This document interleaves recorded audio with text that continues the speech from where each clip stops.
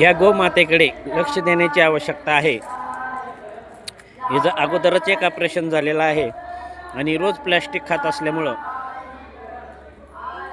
पुन्हा दुसऱ्यांदा तिच्यावरती शस्त्रक्रिया करणं हे परवडणारं नाही आहे. त्यामुळे एक मूठभर चारा या गोमातेसाठी देणं आवश्यक असल्याचं जाणवतं. त्यामुळे भांडोगण फराटा ग्रामस्थांनी नक्की या गोमातेसाठी दर्शनाला येत असताना आपला एक मूठभर चारा जर आणला तर हिचं दिवसभराची व्यवस्था होऊ शकते.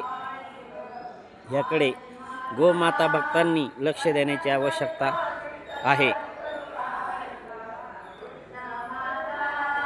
ही गावातील ठिकठिकाणचा प्लॅस्टिक कचरा खात आहे गाई.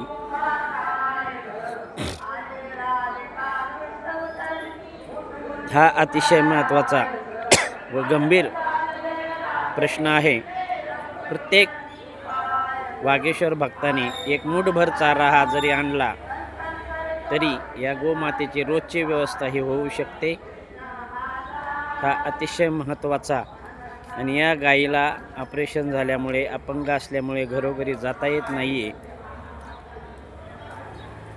ठिकठिकाणचा हा कचरा ही गाई खात असते. तरी या गोमातेला एक मूठभर चारा हा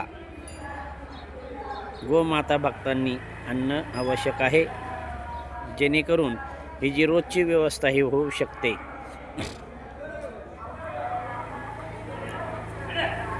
भांडोगण फराटाची गोमाता धोक्यात.